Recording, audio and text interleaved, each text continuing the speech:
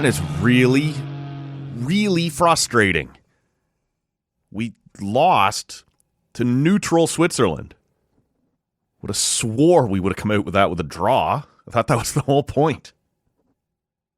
Matt Robinson with you here, fresh on the heels of Team Canada's loss to Switzerland in their final group stage match of the World Cup. Lands them playing on Sunday afternoon down in LA at 3 p.m. We don't know for sure the opponent yet. It kind of looks like South Korea. That's not confirmed. Maybe it is by the time you've heard this. And we're not going to talk much World Cup here today because I'm not qualified. But I see some people talking about the format and, you know, how often tournaments would adjust for the host nation, whether it be broadcast times or venues, certainly. And now you have Team Canada playing against South Korea in Los Angeles on Sunday, and two other teams will play their round of 32 game in Vancouver, and they won't be Canada, which isn't great for Team Canada, certainly, although you don't really want to be rewarding teams who have lost. But it's really not great for people who are buying tickets to this thing, and FIFA doesn't give a fuck about you or helping their fan base in any way. But even in the most cynical way possible, you would think, oh man, if we leave Canada in Vancouver, we can gouge the fuck out of those people even harder than we can for a non-Canada game. So even in an economical sense, you would think it would be in their benefit to be a little bit more flexible about this. They're not going to be. And I see people complaining about it already. And this is what happens. It's also like as soon as the game was over, I saw everyone complaining about how much diving there is in soccer again. And look, this is a frequent conversation for hockey fans, although I do think it's a little rich that we hockey fans complain about this. Is it worse in one sport than the other? Yeah, probably. Can we claim that hockey is virtuous in this area and guys don't flop, guys don't go down, guys don't hook a stick under their armpit and skate with it to make it look like they're... Just stop. But the thing that happens, like we didn't hear a whole lot of talk about diving when Canada is destroying Qatar by an unconverted touchdown, but we are complaining about diving after we lose because that's kind of what we do, right? And not just Canada, but when you're on the losing end of it, you're a lot more sour about it. And anyway, I'm seeing the same type of vibes around the fact that they have to go to California. And I am of two minds. Like I kind of agree, even if it is for the purely cynical business sense, it's kind of dumb when you have three host nations, which was dumb to begin with, but it was the only way we were ever going to host the thing. And you have those hosts leave their own countries to go play elsewhere. And yet, on the other side of it, as a bit of a purist, yeah, fuck you. You want to play at home? Win your games. Because this was a little disappointing to come out of this with only 4 points. And that was sort of the baseline that our buddy AJ told us about when he was on here. And a lot of people who understand the tournament and certainly understand the expanded format, 32 teams moving through to the elimination rounds, the Canada had a really good shot to move on. And they have done that with 4 points. And that was sort of the bare minimum you would need. But it really is a bare minimum. Like, they didn't play that great against Bosnia. And they pulled it out of the fire at the last minute, but that could have been a loss. You kicked the shit out of Qatar, and good on you for doing it. Like Switzerland didn't. They came into this game today needing a win because they did not pound on Qatar the way that Canada did and the way that most people expected that they would have. They had like 85 glorious opportunities to score and just didn't do it. Canada did, and so they came into this game in control, and it didn't matter much. There was a talent gap there, clearly. Canada controlled play late, right, and was pushing hard to tie it up. But certainly through most of the first half, a lot of the second half. And I'm not ripping Canada for it when you have, like, by all accounts, the strength of Team Switzerland is their midfield. And Canada was missing their two best midfielders. They were also missing a crucial defender. They were also missing Alphonso Davies. Like, again, these aren't excuses. Teams deal with injuries. And you chose to put Davies on the... There seems to be some talk now and some frustration with Jesse Marsh. Like, is Davies ever going to play? Because he sort of admitted to, in the last game, using him as like a bit of a decoy. And that's fine, like if he was going to play today. And now, instead of having almost a week off before your round of 32 game in Vancouver, you have 3 days off before your round of 32 game in LA. Are we going to see Davies? I don't know. But point being, Canada was pretty injured and pretty beat up in a way that allowed Switzerland, who is the higher ranked team, to kind of run roughshod on you. And I thought Canada was full value towards the end for making it interesting, but couldn't quite pull it back. Anyway, I said we weren't going to talk a whole lot of World Cup, and then I talked a whole lot of World Cup. Let's have a beer and talk some hockey. This is the Canuck Pale Ale from the Great Lakes Brewery. It's not one of my favorites, but there were a few of them sitting in the fridge. It is one of Schreide's favorites, so shout out to her. And when you go out to visit her at the finest bar in Almont, or at least when I do, it's often on tap. Her and her husband Josh often have that as their keg in the studio. So I certainly don't mind it, but it is not one of my favorites. But as I've mentioned before here, sometimes I like to have some of the crazier stuff or some of the newer stuff or the more experimental stuff when there's a guest in here to talk to instead of me just in here talking to myself. And to you, good listener, we're on social media at Talkcan Audio. Give us a follow there and subscribe to the pod wherever you're hearing us right now. I got to tell you, throughout Sunday night and most of Monday and even trickling into Tuesday, the downloads were off the charts around here. And the usual Monday show is always a very strong showing for us. And then depending on what else we do throughout the week, who the guests might be, what the topics might be, those can be strong as well. But we did a second show and technically came first in the timeline. A lot of you would have heard it. We talked about Brady Tkachuk. We had wrapped recording on Sunday at around 5 o'clock. And then Rob packed up his shit and got the hell out of my house. And I don't know, what was it, 5:10, 5:20, 5:30? News broke that Brady had been traded. You're like, fuck. Because that Monday show was already a big boy. Had lots in there that, had to be put together for the Monday morning. So I texted him like, hey, you probably haven't heard because I know don't know how to work the internet. But Brady's been traded, and we should probably talk about that. So we got the Brady Tkachuk show up and out the door over on the phone. And all day, that one just tore it up. People wanting to hear what Rob thought. Certainly, we appreciate you guys coming here to want to hear a little less of the polished corporate reaction in some places, and just some raw feelings of a Sens fan and not a Sens fan. So, big numbers on Sunday, Monday, Tuesday. We appreciate you guys for that. The Sens were not done after trading Brady Tkachuk. They did turn around on Tuesday and make a deal with so they got 4 picks for that. 3 firsts and a second, it sounds like. I don't even remember now.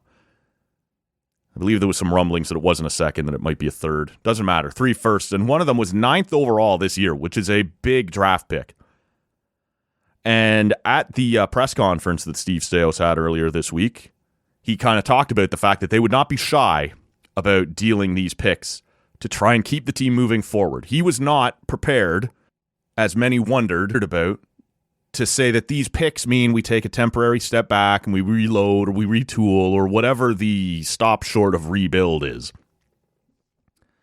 He said, no, we plan to move forward.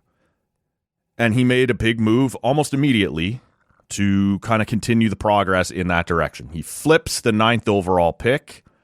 There are more pieces moving around in both directions, but he makes a deal with San Jose to get William Eklund, BFF, with Zetterlund, who, as you guys know, we've talked about before. I thought it was a steal for Ottawa to get that done at the deadline last year. It has not been that, but maybe having his bestie around will get him going. It did make me wonder a little bit. Sometimes you get mixed up on something. There's 2 of them, and you kind of oh yeah, that's the one I want. And you make you buy something, you make a trade for something, you do whatever you're going to do. Fuck, I grabbed the wrong one. I do wonder if last year at the deadline, the one they actually wanted was Eklund, and they clicked the wrong button and chose Zetterlund. Got to clean it up a year later. It's probably not what happened, but we did talk about that a little bit. Eklund is a really interesting player, and I hope I remember, because oftentimes when I'm sitting here by myself and I end up off on these different tangents, I forget to get back to where I want to go. But I hope I remember to get back to the chain of events that this set off across the Western Conference and different trades around the draft. But for Ottawa, look, William Eklund is a very different player than Brady Tkachuk. He's a very talented player, certainly. If you're looking for player comps, I know Shayna Goldman has thrown out the idea, sort of maybe an Elias Lindholm, but on the wing. So you're not talking somebody who's overly physical, not super speedy, but like pretty good two-way, pretty smart, creates for his line mates. Like, I don't, and this is not meant to be a slam because these guys exist across the league and are incredibly valuable. And it doesn't necessarily mean they're automatically setup men, but like, he will never be the primary guy on his line. He can make things happen for his teammates. And like I said, that's not simply by being a setup man, right? Not simply a pass-only guy. He's a very smart player. And he can be open for a Stützle pass. Or he can be the guy who sets up a Stützle, right? Like, this is a useful middle six forward. I know by saying Stützle, it paints a top-line guy. He may be that. At 23 years old, there's still a chance he becomes a perfectly suited secondary player on the top line, where there are other prominent pieces for him to work off of and work with.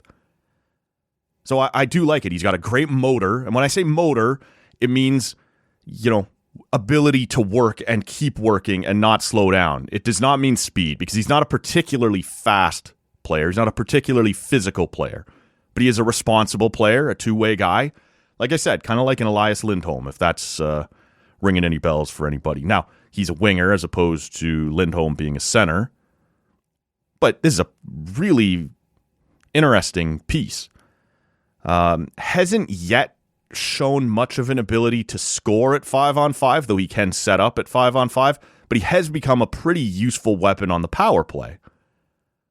How you use that here, I'm not sure. Like, you got a lot of interesting pieces, and we'll have an entire offseason to kind of extrapolate how some of this stuff could shake loose. But this guy can easily play on your number one power play if you want him to, right?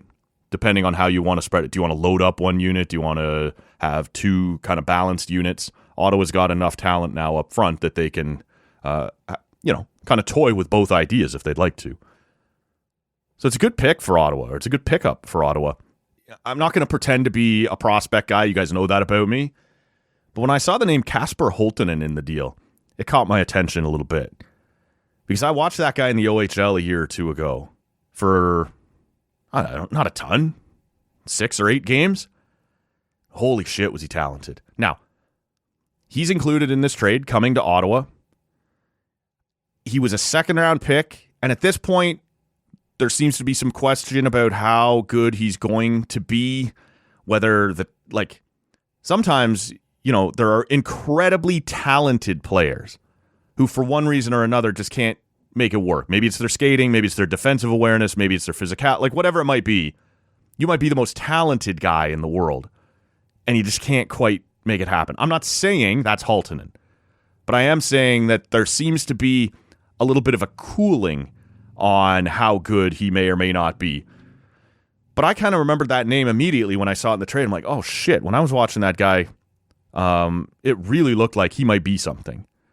And I took some comfort in the fact that not long after the deal, I saw a friend of the show, Kenny Walls, tweet out the same thing. And that is a guy plugged into the junior scene, right? The voice of the Ottawa 67s. He said the Holttunen addition to the pick is a really interesting prospect. Maybe he'll make it, maybe he won't, but the talent is there. And I'm certain he'll start in Belleville next year, and we'll see what happens. But just as a kind of, a throw-in, let's see what that guy looks like. There was another piece, something Svoboda. I don't know anything about him. I'm not going to pretend to. He's not the biggest centerpiece of this whole thing. What's interesting on the San Jose end of it is what it clearly did to Chicago, because Tuesday was a wild day. The Blackhawks end up trading 4th overall to Buffalo for Bowen Byram, which is sort of the domino here that I want to talk about. But Jordan Kyrou gets traded from the Blues to the Caps, which was fascinating. Like, there was a lot going on top of the Senators deal on Tuesday. But I don't think it's hard to follow the thought process here of the Chicago Blackhawks. So stick with me. I am almost certain, looking at the order of events here, that Chicago watched San Jose trade away a winger for the 9th overall pick. And like I said, there's other pieces. But San Jose now, on top of already having 2nd overall, now has 9th overall. They trade away a 23-year-old talented winger and add another top 10 draft pick in a draft where it's pretty well agreed upon by your draft experts. There's like 5 or 8 really good defensemen that are all going to go in the top 12. And I can't swear I'm right, but I am all but certain Chicago looked at that and went, oh, fuck, they're taking Stenberg. Because there's been talk for a while that Chicago really wanted to get another forward out of this. They have some interesting young defensemen. Like, they have Sammy Renzel, got Letinov. Like, Vlasic's not that young anymore. Like, they've got other pieces, though.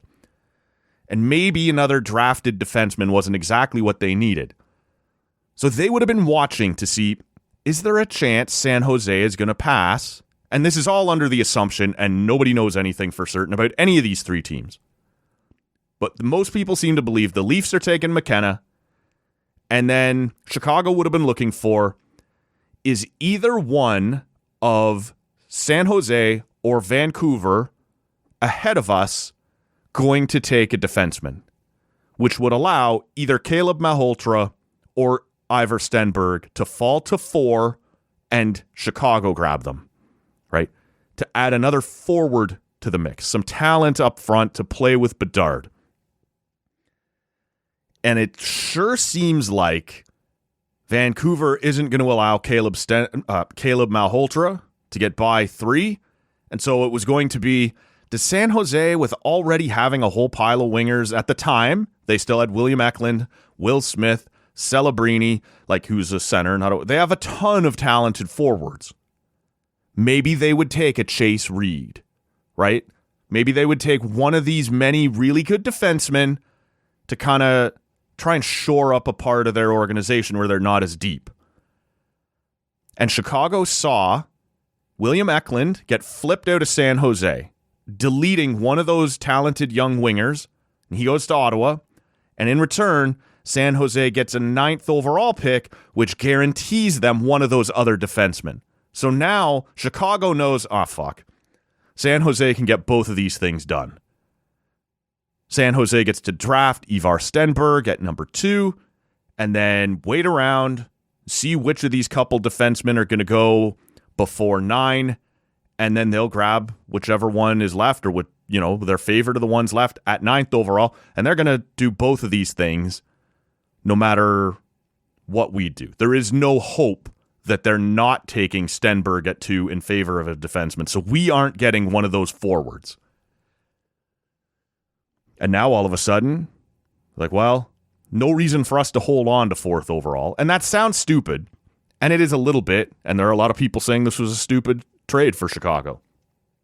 But there is a little logic to the idea, is we've got to start getting some players in here now who are young enough that they can kind of match up with our core group, but not so young that we have to keep waiting on them. And that's why they pulled the trigger on Bowen Byram, who is a defenseman, but he is well ahead of the rest of their defensemen in his development curve. And they can find something from either now one of their other young defensemen or one of their other prospects to go and find the young forward. Like, if they were going to get a forward like Malhotra or like Stenberg, yeah, he's only 18, but it's a forward who can get plugged in here pretty quick and play with our guys. If we draft a defenseman here like Chase Reed, I believe Chase Reed is the only one of these guys who's not committed to college. Like, some of these guys are going to take some defensemen always take time to develop, right? So fuck it. The forward we wanted to get is no longer available, and we are going to flip this now. We'll put Bowen Byram on our top pair. Going to have to pay a lot to do it after paying a lot to get him. I'm not saying this is brilliant by Chicago. I'm saying I believe this was the thought process. Once it became clear they weren't going to get the forward they wanted in this draft, trade the pick. Let's figure this out. We got to get some pieces going here. Like, what is this, year 4 for Bedard?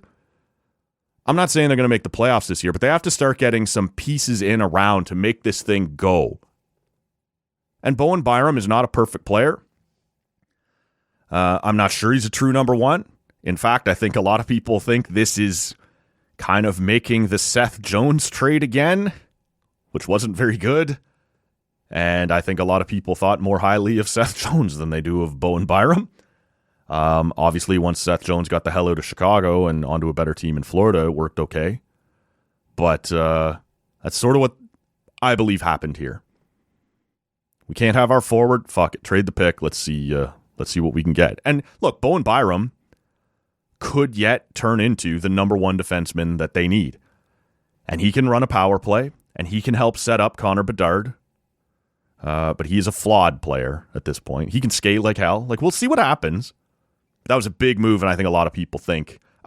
I'm not trying to tell you they were smart to do this. I'm trying to tell you I believe this is what the thought process was.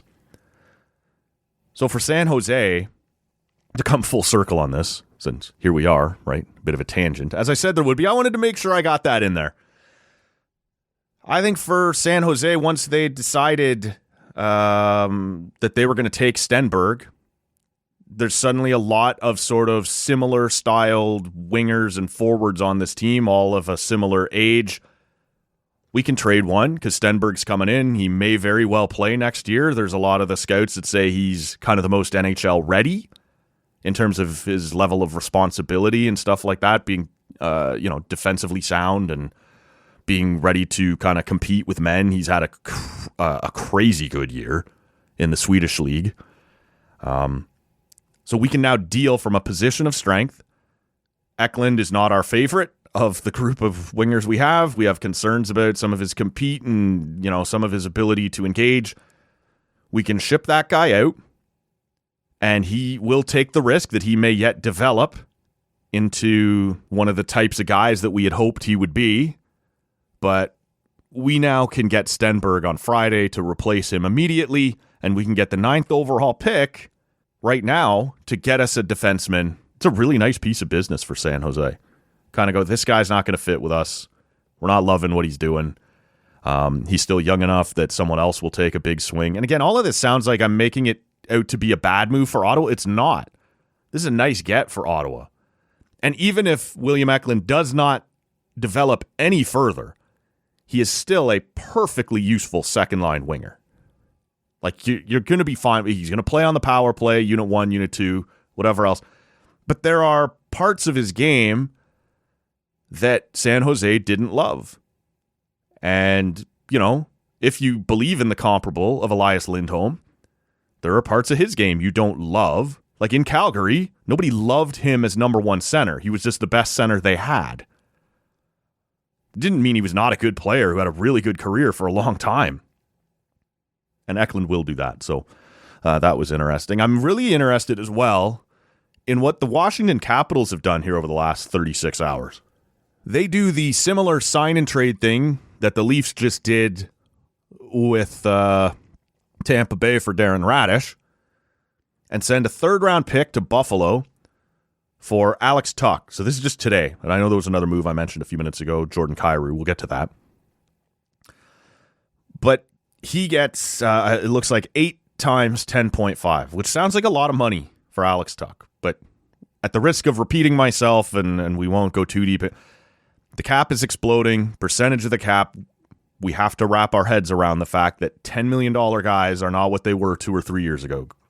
$10 million guys are now more like $7.5 or $8 million guys. It's just a perception thing, and it's going to take us some time to get. And I don't know when we will get there. If the cap's going to keep jumping by 8 or 10 million every year, we're going to have to recalibrate every year. But I'm not surprised Alex Tuch got over $10 million. It's basically the Adrian Kempe deal. Is Adrian Kempe significantly better or worse than Alex Tuch? They're different types of players, but I don't know that one's any better or worse than the other. So Washington sends a third-round pick to Buffalo to get a hold of him. After yesterday grabbing Jordan Kyrou out of St. Louis, that was a more significant acquisition cost because Kyrou was not a free agent. So they have to send McMichael out, who's a perfectly good 25-year-old kind of middle six center. I'm not sure what St. Louis is going to do here. They now have, I believe they have 4 first-round picks in the draft. I don't know if they'll use them all. Maybe they will. Maybe they got something else cooking. There's also been some talk that the Florida Panthers might be interested in Jordan Binnington. Now, the Panthers have emptied their pockets of first-round picks and sent them all to Ottawa, so that would require something else. But the Blues are interesting. We're not going to talk much about the Blues. What is interesting to me, though, is that suddenly the right side of the Capitals forward group.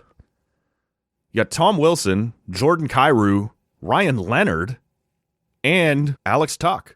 Now, all as right wingers on that group. And there's a pretty wide open spot on the left side that has been occupied since 05-06 by Alex Ovechkin. No one knows yet at this point if he's coming back or not. Most of your insiders will tell you that he was going to kind of decide by mid-July, which sucks. Like, if you're the Washington Capitals, how do you not say to that guy, hey, we've been out since mid-April, and I know how you don't say it. He's our captain, and we owe him his time to think about it and this and that. He's had since mid-April. Would it kill you to let us know by June 20th instead of July 20th? Because if you're sticking around, there's an element of we still need to try and compete here and not go full rebuild. And if you're not, maybe we are leaning towards a rebuild. And so I've seen and I've contemplated both arguments now. Like, they must have Alex Ovechkin's answer. But what is it? Does Washington already know he's not coming back? And so we'd better start getting some wingers in here? And we'll worry about the fact that they're all right wingers later. We'll flip somebody to the left. Or do they know he is coming back and we want to try and stay as competitive as possible while he's here? So let's load up. Let's get Kyrou. Let's get Alex Tuch. Like, anybody who's watched Ovechkin, certainly last year, but over the last couple years, knows he is a shell of what he once was. But he still does what he does reasonably well. Which is, I guess, just stand in one spot on the power play and hammer bombs past goalies. He could do that for another year or two if he wants to. I just find it really interesting to see that the Capitals have gone out and both gotten pieces to replace Ovi, but also gotten pieces to keep the team stood up for Ovi. Maybe they know, maybe they have a feeling, maybe they don't. But this is a team that, when Ovechkin retires, badly needs to rebuild. This year, like, they stuck around for a while. Last year, they ended up winning the division or finishing second in the division, winning the division. But I thought that was kind of fluky. Like, how much do you really think of Pierre-Luc Dubois? You've now traded out McMichael, so your center depth is injured a little bit here. I guess Dylan Strome is your key pivot now. I don't know what they're up to. But it was really interesting. And I assume, like I said, if you go back to these 4 right wingers with Tom Wilson, Alex Tuch, Jordan Kyrou, and Ryan Leonard, somebody's moving. And at some point, Tom Wilson will start to slow down. It's a big body. He's getting up there a little bit. I'm not saying it's next year, but they have now got 2 very skilled pieces on the right wing. I would consider Ryan Leonard as the young kid. Sorry, bud, you're the one moving to the other side. But it's not just because you've got the least pull here, right, to hold your spot. But he, to me, looks like the best shooter. And so I prefer, and it's not a perfect rule, like it's not going to be the same every time, but let a guy like that come down on his off wing and leave all those setup dudes on the other side. Your Jordan Kyrou and your Alex Tuch, who can make great plays into the middle onto your stick inside. I like that a lot. That would probably be what as opposed to moving kind of the more silky skill setup guys onto their off wing, making passes now on their backhand. It's just a preference. I have no idea if that's what they'll do. But I'd move the kid onto the left wing and let him sit over there and clap bombs from Alex Tuch and Jordan Kyrou for the next 5 or 8 years, whatever it's going to be. Probably less than that. I do think at some point Ovechkin will retire and Dylan Strome will. Anyway, this doesn't need to become all about the Washington Capitals. The only other thing I'll say quickly on the way out, Calgary goes out and gets Simon Nemec. A second overall pick by New Jersey a couple of years ago, which was interesting. That was the Shane Wright deal where the Habs end up taking Slavkovsky first overall. And he said, well, I guess New Jersey will get Shane Wright at 2. They end up going with Simon Nemec. It kind of trickles down from there, and Shane Wright ends up in Seattle, where it really hasn't so far panned out all that well. But Nemec was in a tough spot. Like on a blue line where they already had Dougie Hamilton in his way as an established guy, and Luke Hughes in his way as not really an established guy, but who was going to be treated like one because his big bro was king shit around there. And it's not to say Luke Hughes won't become great, but I think at the moment the hype of his name kind of elevates him a little bit more than he's earned, and he's going to be paid like that now as well. And so far, Sheldon Keefe and the Devils haven't really found a great way to use Nemec. And it's tough because also you got to keep in mind with, like, if you're not going to be the number one power play guy there, and he isn't, it makes it hard for him to kind of advance to what he thinks he should be. Not just internally, right? Like, not just, I'm not getting the time I wish I was getting and I should be played more, but even around the league to establish yourself as, oh shit, this guy's pretty good. Look at some of the numbers he's putting up. Look how he's being used. When those other two guys are playing in front of you, whether it's justified or not, it kind of keeps you pushed down a little bit. And it was pretty clear here for the last 6 or 8 months that the relationship was souring between these sides. And he ends up going to Calgary for 2 firsts, which is a lot. And there's other things moving around in that deal as well. We're not going to dive too deep into this and the cap ramifications and all of that. But he will have a better opportunity in Calgary to play. And the pick, like Calgary has, is it 6th overall? They're in the top 10 drafting this year. They didn't give up that first round pick. And like we have to keep in mind that not all first round picks are created equal. Like most years, 1 and 2 are kind of on one level. And these numbers float a bit. But then kind of 3 or 4 through 10 to 12 are kind of on another level. Then 13 through 20, 22 are another level. And now you're basically into the equivalent of a second round pick. Like 22 through 40 or 50, you can poke holes in or elevate up to and start swapping things around.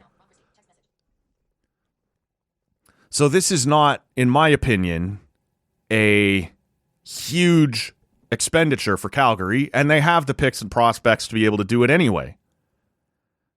But you also have Zane Parekh coming. And I wonder if you didn't just kind of block him a little bit in the same way that Nemec was blocked in New Jersey. And that's not to say there isn't room for 2 really good defensemen in a top 4. Obviously, there is. But there's a little bit of similarity here, right, in terms of the way they play and the style that they play and the things that they want to do. And so it is an odd fit with Parekh coming that you would decide, yeah, let's go out and get Nemec while his value is kind of in a valley right now because of the situation he's been in. Like, are his numbers what they are because of the way he's being used? Or are his numbers what they are because he's not as good as we thought he was going to be? That's a risk for Calgary. And And it was a risk in an area where they already had a pretty key piece coming. So I thought that was interesting. I don't think that makes it a bad deal or a bad risk. I just thought it was an interesting risk. We'll wrap this up because for all I know, shit's going off again out there as we're talking. It seems like every couple hours a new name is floated, if not traded. Chris Hoffley will be in here on the next episode of the podcast. That'll probably drop on Friday morning. We'll talk to him about how he feels about all things Brady departing town, about all things Drew Brown leaving town for the Winnipeg Blue Bombers.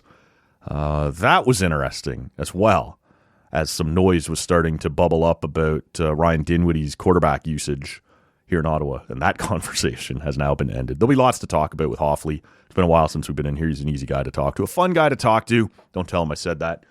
So look for that on the next episode of the podcast. Thank you for joining me on this one. We're on social media at Tall Can Audio. Give us a follow there and subscribe to the pod wherever you're hearing me right now. We'll see you next time.